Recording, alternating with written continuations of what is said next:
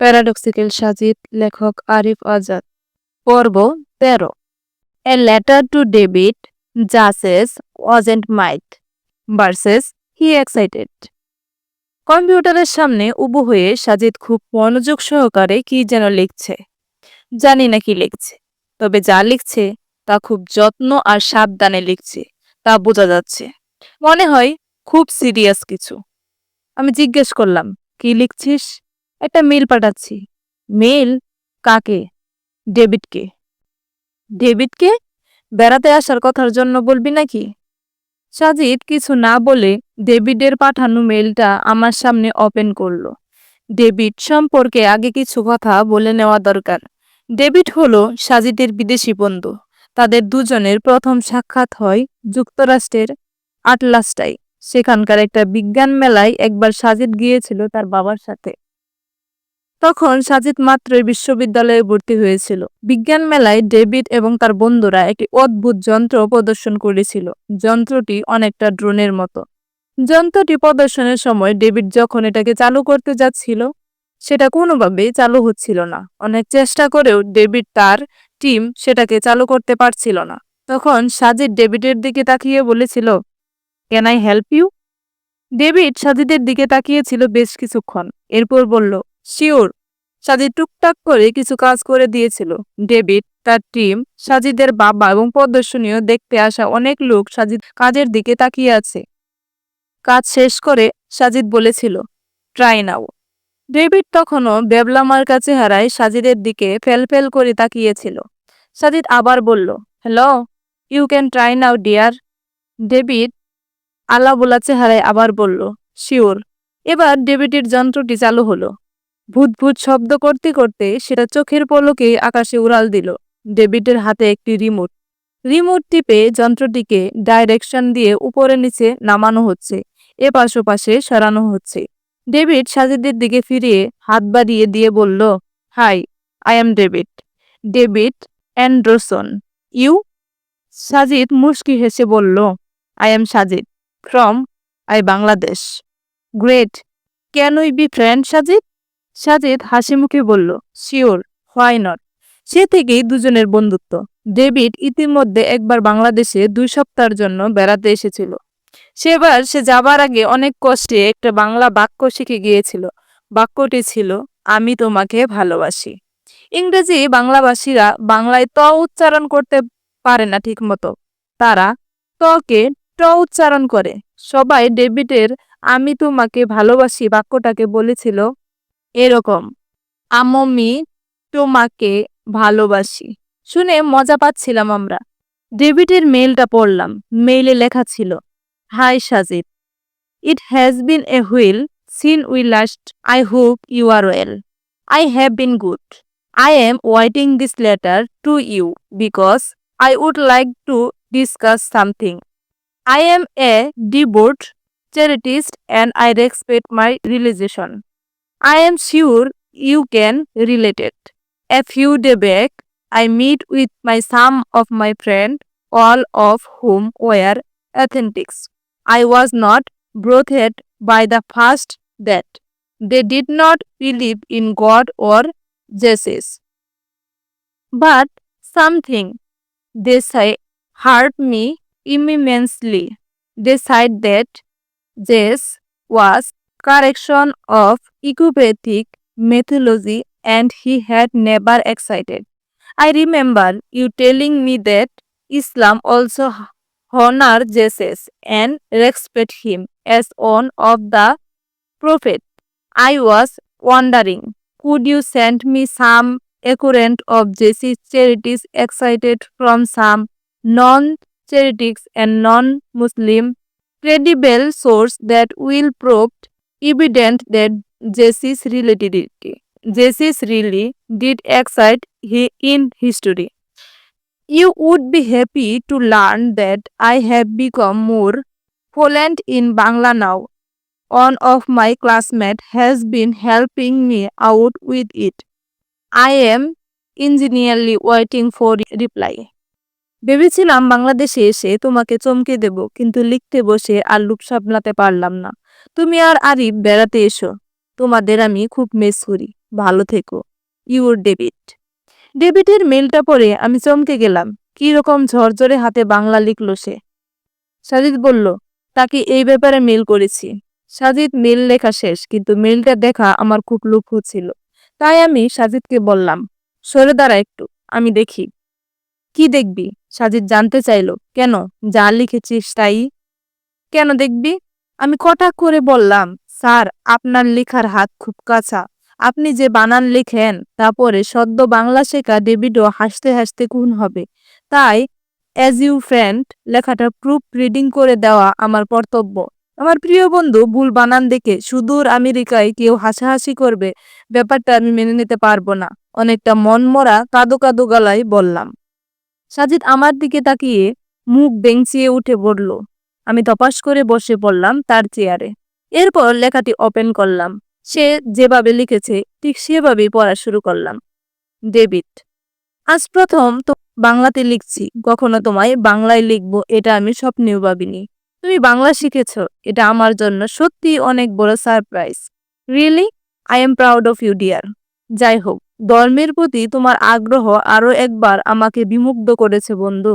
তুমি আমার কাছে যিশু, যিনি আমাদের ধর্মে ঈসা আলাইহিসসালাম নামে পরিচিত, সম্পর্কে জানতে চেয়েছ তার অস্তিত্ব, ঐতিহাসিক সভ্যতা। কেবল তোমার ধর্মের নয়, আমার ধর্মের অন্যতম রাসূল হিসেবে আমারও উচিত এই বিষয়টা পরিষ্কার করা। তবে তার আগে তোমাকে আমার ধর্ম বিশ্বাসের ব্যাপারে দুটো কথা বলে নিই। ওনার ব্যাপারে তোমার ধর্মের বিশ্বাস হলো, এক, যিশু খ্রিস্ট ঈশ্বরের পুত্র এবং তিনি নিজে তিন ঈশ্বর এর একজন। দুই, ওনাকে ইহুদিরা ক্রুশবিদ্ধ করে মেরে ফেলেছে এবং তিনি মৃত অবস্থা থেকে আবার জীবিত হন। আমার ধর্মবিশ্বাস তোমার এই দুটো বিশ্বাসের সম্পূর্ণ বিপরীত। আমার ধর্মবিশ্বাস হলো, এক, উনি আল্লাহর পুত্র নন। আল্লাহর না কোনো সন্তান আছে, না কেউ আল্লাহকে জন্ম দিয়েছে। দুই, ওনাকে মোটেও ক্রুশবিদ্ধ করা হয়নি। যখনই ক্রুশবিদ্ধ করার জন্য জৈনব ইহুদি উনার ঘরে প্রবেশ করে, তখন আল্লাহ তার কুদরতে উনাকে চতুর্থ আসমানে তুলে নেন এবং যে লোকে ওনাকে ক্রুশবিদ্ধ করে ঘরে হত্যার জন্য প্রবেশ করে, আল্লাহ ওই লোকের চেহারাকে অবিকল ঈসা আলাইহিসসালামের মতো করে দেন।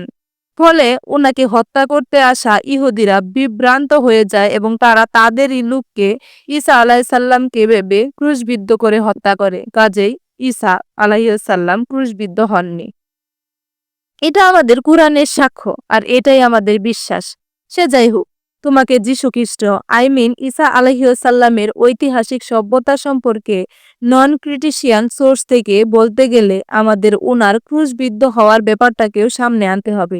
অর্থাৎ আমার বিশ্বাসের উদ্বেগে কিছু কিছু ক্ষেত্রে তোমার এবং ইহুদিদের বিশ্বাসের সাথে মিলিয়ে আমাকে দেখতে হবে যে যিশু খ্রিস্ট ক্রুশবিদ্ধ হয়েছে। এটা আমি করব কেবল ওনার অস্তিত্বের ঐতিহাসিক সভ্যতা নির্ণয়ে। জেনে রেখো, এটা আমার বিশ্বাস নয়। এবার প্রসঙ্গে আসি। ইসলামিক সোর্স এবং ক্রিটিশিয়ান সোর্সের বাইরে গিয়েও আসলে ঈসা আলাইহিসসালামের অস্তিত্ব নির্ণয় করা যায়। ঈসা আলাইহিসসালামের জন্মের পর থেকে একটি নতুন নামে ক্যালেন্ডারে ইয়ার সময় হিসাব করা হয়। ওনার জন্মের আগের সময়কে ধরা হয় বিসি হিসেবে। বিসি মানে বিফোর চ্যারিটিস। ওনার জন্মের আগের সময়টাকে বিফোর চ্যারিটিস নামে ধরা হতো। ওনার জন্মের পর বিফোর চ্যারিটিস বা বিসি এর বদলে চালু হয় এডি বা এনো ডোমিনি। এই এনো ডোমিনি শব্দদ্বয় মিডিভেল ল্যাটিন থেকে এসেছে, যার অর্থ in the time of our Lord. এটা সোজা বাংলায় বলে ঈসা আলাইহিসসালামের সময়কাল হতে। অর্থাৎ ওনার জন্মের পর থেকে সময়টা in the time of our Lord বা মিডিভেল ল্যাটিন অনুযায়ী এডি হিসেবে ধরা হয়। এখন আমার দেখতে হবে এই এডি টাইম স্কেলের শুরুর দিকে এখন এমন কোন সোর্স আছে কিনা যা ঈসা আলাইহিসসালামের অস্তিত্বের ব্যাপারে আমাদের কোনো ইঙ্গিত দিতে পারে? হ্যাঁ, ইঙ্গিত আছে। ইতিহাস থেকে আমরা রোমান সম্রাট নিরো এর ব্যাপারে জানতে পারি। নিরো ছিলেন পঞ্চম রোমান সম্রাট। ওনার রাজত্বকাল স্থায়ী হয়েছিল 54 এডি থেকে 68 এডি পর্যন্ত। তাহলে বোঝাই যাচ্ছে উনি যিশুর জন্মের 54 থেকে 68 বছরের মধ্যকার সময়ে রোমান সাম্রাজ্যের সম্রাট ছিলেন। ওনার সময়ে একবার রোম শহরে ভয়ঙ্কর আগুন ছড়িয়ে পড়ে। এই আগুনে রোম শহর প্রচুর ক্ষয়ক্ষতি হয়। এই আগুনের খবর ইতিহাসে বিখ্যাত। তখন খ্রিস্ট ধর্ম একেবারে শুরুর পর্যায়ে এবং রোমে তখন ছিল ইহুদিদের বসবাস। তথাপি রোমে ছন্ন ছাড়া অবস্থায় কিছু খ্রিস্টান বসবাস করত বলে জানা যায়। খ্রিস্টানরা তখন রোমে একেবারে নগণ্য হলেও তাদের ব্যাপারে ইহুদিরা সম্পূর্ণ জ্ঞাত ছিল।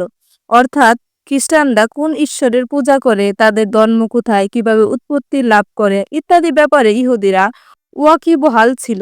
রোমের এই ঐতিহাসিক দাবানলের জন্য তখন রোমবাসীরা সম্রাট নিরোকে দোষারোপ করে, কিন্তু সম্রাট নিরো নিজের গাড়ে দোষ না নিয়ে এই দোষ রোমের সংখ্যালঘু খ্রিস্টানদের উপর চাপিয়ে দেয়। সম্রাট নিরোর সময়কালে প্রখ্যাত ইতিহাসবিদ ছিলেন সেন্টর তাসিন্টুস। তিনি তার সবচেয়ে সফল বই এনিয়েলস এই আগুন এবং নিরোর প্রতি অভিযোগের চিত্র তুলে ধরেন এভাবে: Nero fastened the guilt on a class hated for their abominations called Christians by the populace. Christus from whom the name had its origin suffered the experiment patently during the reign of Turbid all the hand of Pontin টেসিলিস। এই বক্তব্য করেছিল যীশু খ্রিস্টের 50 বছরের মধ্যেই, এবং তিনি সুস্পষ্ট রূপে 3টি ব্যাপারে এখানে তুলে ধরেছেন। 1. নিরো তার উপর আরোপিত দোষ এমন কিছু লোকের উপর চাপিয়েছিল যারা চ্যারিটিস নামে পরিচিত। 2. এই চ্যারিটির নামটি এসেছে চেরিটিয়াস নামক কোনো ব্যক্তির থেকে। চেরিটিয়াস একটি ল্যাটিন শব্দ যার অর্থ চ্যারিটিস্ট। 3. এই চ্যারিটিস নামের ব্যক্তিটিকে এক্সট্রিমলি পেটেন্টলি বা ক্রুশবিদ্ধ করে হত্যা করা হয়। 4. এই ব্যক্তিকে ক্রুশবিদ্ধ করা হয় রাজা টিবারিয়াস এর সময়কাল, যা বাইবেলে উল্লিখিত যীশু খ্রিস্টের জন্মের সালের সাথে ম্যাচ করে। টেসিনটেস কোনো খ্রিস্টান ছিলেন না, তিনি ছিলেন জিজ বা ইহুদি। তিনি তার ঐতিহাসিক বইতে রোমান সম্রাট নিরোর সময়কালে আগুন লাগার ব্যাপারে তুলে ধরতে গিয়ে যীশু তথা ঈসা আলাইহিসসালাম এবং তার নাম অনুসারে প্রচলিত হওয়া ধর্মের ব্যাপারে ইঙ্গিত করেছেন। এখান থেকে আমরা সুস্পষ্টরূপে বলতে পারি যে যীশু তথা ঈসা আলাইহিসসালাম ম্যাথিনিক্যাল ফিগার নন, তিনি হিস্টোরিক্যাল ফিগার। খ্রিস্টান ইতিহাসবিদ ইডেন ওয়ামিসেলি টেসিনটেস এর উদ্ধৃতি যীশু খ্রিস্টের অস্তিত্বের ব্যাপারে সবচেয়ে গ্রহণযোগ্য নির্ভরশীল নন ক্রিটিশিয়াল সোর্স বলে উল্লেখ করেন। তিনি বলেছেন এভাবে: probably the most important reference to Jesus outside the New Testament. আর একজন রোমান সম্রাটের সময়কাল থেকে যীশু খ্রিস্টের অস্তিত্বের ব্যাপারে জানা যায়, তিনি হলেন পেনলি দ্য ইয়ঙ্গার। বর্তমান তুরস্ক তখন রোমান সাম্রাজ্যের অধীনে ছিল। সেখানকার বর্তমান তুরস্কের রাজ্যে পরিচালনা করেছিলেন তখন পেনলি দ্য ইয়ঙ্গার। সময় তখন 112 এডি। তখন মূল রোমান সম্রাট ছিলেন সম্রাট টেনলিন। সম্রাট টার্জেনকে স্মার্ট পেনলি একটা চিঠি লিখেছিলেন। সেই চিঠিতে খ্রিস্টান ও যীশু খ্রিস্টের ব্যাপারে উল্লেখ পাওয়া যায়। চিঠিতে তিনি লিখেছেন, they were in the habit of meeting on the Cretan fixed day before it was light, when they sent in alternate verses and human to charities, as to a good, abroad themselves by a solemn oath, not to any weak deed, but never to commit any fraud, deep to attentively, never to faithfully their word, nor daily to trust when they should be called upon to deliver it up, after which it custom to semblate and the resemble to partake of food, but food of an origin and innocent kind. পেতলির চিঠি থেকে কিছু স্পষ্ট ধারণা পাওয়া যায় খ্রিস্টানদের ব্যাপারে। 1. খ্রিস্টানরা নির্দিষ্ট একটা দিনে প্রার্থনার জন্য একত্রিত হতো। 2. লক্ষণীয় ব্যাপার বলা হচ্ছে তারা চ্যারিটিস নামে এক ব্যক্তির প্রার্থনা করে, যাকে ইন্ডিকেট করা হচ্ছে এস টু গড হিসেবে। এখান থেকে স্পষ্ট চ্যারিটিস এমন একজন যিনি মানুষ ছিলেন এবং একই সাথে ঈশ্বরও, যেহেতু খ্রিস্টানরা যিশুকে ঈশ্বর জ্ঞান করত। পেনলি এর চিঠি থেকে 112 এর দিকে আমরা যীশু খ্রিস্টের অস্তিত্বের ব্যাপারে জানতে পারি, যা যীশু খ্রিস্টের জন্মের 100 বছরের মধ্যে লেখা হয়। এছাড়া খ্রিস্টীয় প্রথম শতকে জেসপেন নামের এক ইহুদি লেখা জেনিস অ্যান্টিকুয়েটিক্স নামের বইয়েতে যীশু খ্রিস্টের ব্যাপারে উল্লেখ পাওয়া যায়। তিনি তার বই জেউইস অ্যান্টিকুয়েটিস এ লিখেন, অ্যাবাউট দ্য টাইম দেয়ার বিলিভ জেউইস এ হুইস ম্যান। খ্রিস্টান 2য় শতকে লোকেন নামে একজন খ্রিস্ট ধর্মের সমালোচক, তিনি একজন জেউইস ছিলেন। তিনি খ্রিস্টানের সমালোচনা করতে গিয়ে লিখেন, the Christians worship a man to this day the ডিস্টিহেড personage who introduction their noble read and was certified on the account was improved on them by their original legiber. They are all brother from the moment that they are converted and deny the God to grace and work the qualified sack and live after his law. লোসিন স্পষ্টই বলেছেন, খ্রিস্টানরা এমন একজনকে ঈশ্বর জ্ঞান করেছে যে কিছু মহৎ বাক্য দিয়ে তাদের মোহিত করেছে এবং পরে ক্রুশবিদ্ধ হয়েছে। এখান থেকে আমরা খ্রিস্টীয় শতকের প্রথম দিক থেকেই যীশু খ্রিস্ট তথা ঈসা আলাইসাল্লামের অস্তিত্ব সম্পর্কে জানতে পারি। তিনি যে কোনো কাল্পনিক ফিগার নন, বরং ঐতিহাসিক ফিগার, তা প্রমাণের জন্য এই ছবি যথেষ্ট। যারা বলে যীশু তথা ঈসা আলাইসাল্লাম একজন মেথিক্যাল ফিগার, তাদের কাছে দাবি সপক্ষে কিছু গালগল্প ছাড়া আর কোনো প্রমাণ নেই। ও হ্যাঁ ডেভিড, যারা তোমাকে বলেছে যীশু একজন মেথিক্যাল ফিগার, তোমার অ্যাথেন্টিক্স বন্ধুরা, তারা বর্তমান সময়ে সবচেয়ে আলোচিত অ্যাথেন্টিক্স রিডার ডকিস্টেকের কথাতে দৈববাণীর মতো বিশ্বাস করে, তাই না? মজার ব্যাপার কি জানো? এই রিডার ডকিক্স লেনক্স এর সাথে তর্কে বিতর্কে স্বীকার করেছে যে যীশু খ্রিস্ট একজন হিস্টোরিক্যাল ফিগার। তিনি বলেন, আই থিঙ্ক জেসিস এক্সাইটেড। আমি মনে করি যীশু তখন ঈসা আলাইহাসাল্লাম এর অস্তিত্বের ব্যাপারে নাস্তিকদের জবাব দেওয়ার জন্য রিচার্ড ডকিন্সের এই উদ্ধৃতিটি এনাফ। তোমাকে নিয়মিত লিখব আর তুমি আবারও বেড়াতে এসো। আর হ্যাঁ, বাংলা রপ্ত করার জন্য আবারও তোমার অভিনন্দন বন্ধু। ভালো থেকো। তোমার প্রিয় সাজিদ। মেলটা পুরোটাই পড়লাম। ইতিমধ্যে সাজিদ গোসল শেষ করে এসে গেছে। আমার পাশে এসে বলল, কি রে, আমেরিকায় বেড়াতে যাবি? আমি কিছুক্ষণ মুগ্ধ হয়ে তার দিকে তাকিয়ে রইলাম। সে বলল, কি হলো তোর? আমি আমতা আমতা করে বললাম, ডেভিডকে এখনো তোমাকে বলে নাকি? তোমাকে বলে জানিস? সাজিদ হা হা করে হেসে উঠল। অনেকদিন পর তাকে আমি এভাবে হাসতে দেখলাম। তারপরে কিছু রেফারেন্স লেখা আছে।